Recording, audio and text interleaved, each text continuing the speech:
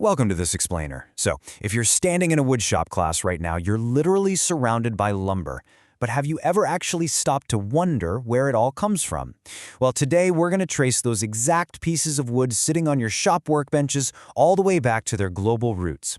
We'll dive into the biology of the trees, the forests they actually grow in, and the whole journey they take to become the furniture we build and use every single day. Here's what we're looking at today. We've got hardwoods versus softwoods, global wood sources, engineered and reclaimed wood, and finally, future wood supply. All right, let's jump straight into Section 1, hardwoods versus softwoods. Now, you might be thinking the term hardwood just means the wood is super tough to cut or incredibly heavy, right? Well, actually, scratch that. It's a biological category. It just means the wood comes from an angiosperm. That's a broadleaf tree that usually loses its leaves in the winter and reproduces using seeds protected by a covering, like, an acorn, a walnut, or even a piece of fruit. So those broad leaves and nuts, those are your visual clues that you're dealing with a hardwood tree. On the flip side, softwood comes from gymnosperms. These are your classic evergreen conifer trees. Unlike those broadleaf trees, gymnosperms reproduce using exposed seeds housed right inside cones, and their branches are covered in needles that stay green all year round. So in the wild, pine cones and needles are pretty much the perfect identifiers for a softwood tree. So what does this actually mean for the furniture you're building? Well, these biological differences translate directly to your projects. Hardwoods grow really slowly, which creates a super tight, dense grain, making the wood incredibly durable. Softwoods, though, they shoot right up. And because of that rapid growth, the wood is way less dense. It makes it lighter, much easier to cut, and, let's be real, a whole lot more affordable for your shop class projects. Because of these totally distinct traits, we use these woods for entirely different things. You'll see beautiful hardwoods like oak, walnut, maple, and cherry, used for high-end, long-lasting furniture. Think of a heavy, sturdy dining table that's meant to last for generations. But for everyday projects, softwoods like pine, cedar, and fir are an absolute go-to. They're perfect for casual, rustic framing, outdoor decks, and of course, that flat-pack furniture you buy in a cardboard box and assemble at home. Moving right along to Section 2, global wood sources. You might picture lumberjacks wandering deep into wild forests to chop down pine trees, but the reality is a lot more structured than that. A massive portion of the softwood we use is actually grown specifically as an agricultural crop on commercial plantations. It works in 4 really simple steps. Industrial companies plant the trees, they let them grow in a designated plot for a specific 20 to 30-year cycle, then they harvest that entire plot and boom, immediately replant it.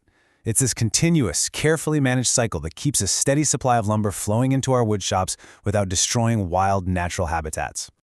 Across the globe, we basically rely on 3 main land management systems. First up, commercial plantations in North America, Europe, and South America produce our everyday softwoods, like pine. Second, fine hardwoods like oak and maple come from temperate natural forests in the eastern U.S., Canada, and Europe, and those are heavily regulated by laws to ensure the growth actually outpaces the harvesting. Finally, our exotic woods, like teak and mahogany, originate in tropical rainforests right near the equator, in places like Southeast Asia, the Amazon, and Central Africa. Now here's an absolutely crucial point. While temperate forests and plantations are highly regulated, tropical woods carry a massive risk. These complex rainforest ecosystems literally take centuries to mature. Because of the serious dangers of illegal logging and permanent deforestation, responsible furniture makers, and woodshop students like you, should always look for the Forest Stewardship Council, or FSC certification. When you see that FSC logo, you can ensure the wood you're buying was harvested legally and sustainably. All right, let's get into Section 3, engineered and reclaimed wood. If that budget-friendly flat-pack furniture you assemble at home isn't made of solid wood planks, there's a really good chance it's made of MDF, which stands for Medium Density Fiberboard. This is an engineered material. It's crafted by taking the absolute leftovers of the logging industry, things like sawdust, wood chips, and shavings, mixing them all up with an adhesive resin, and then compressing the whole shebang under intense heat and pressure into big, flat sheets. Usually, they'll cover these sheets in a paper-thin slice of real hardwood called a veneer just to make it look like a solid board.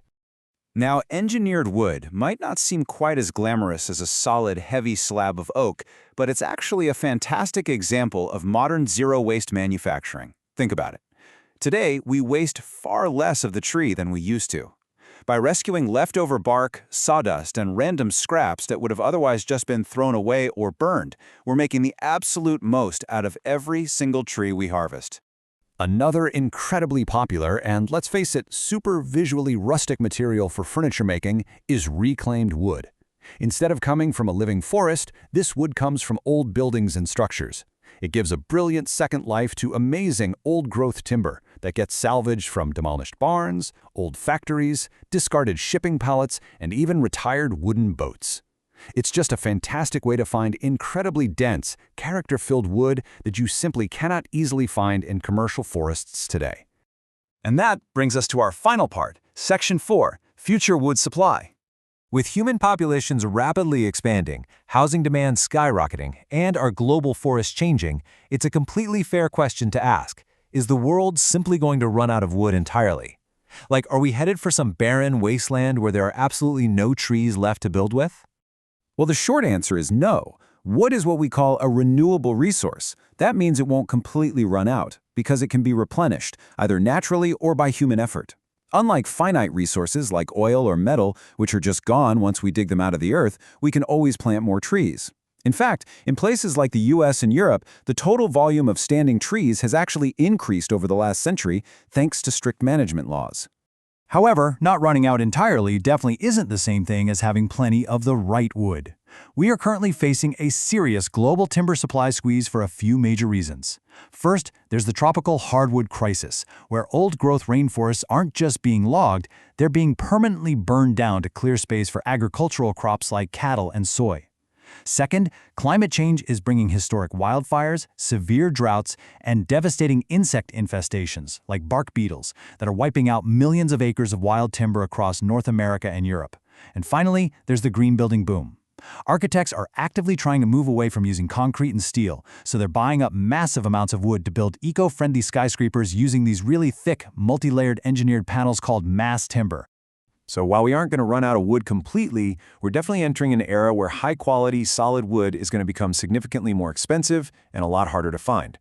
As woodshop students and the future builders of the world, I'm going to leave you with this question to think about. As these global supply shortages continue, how will they change the way you design, build, and buy your furniture in the decades to come? Are you going to rely a lot more on engineered sheets, seek out reclaimed materials, or maybe design differently altogether? Thanks for joining me on this explainer today, and keep building smart.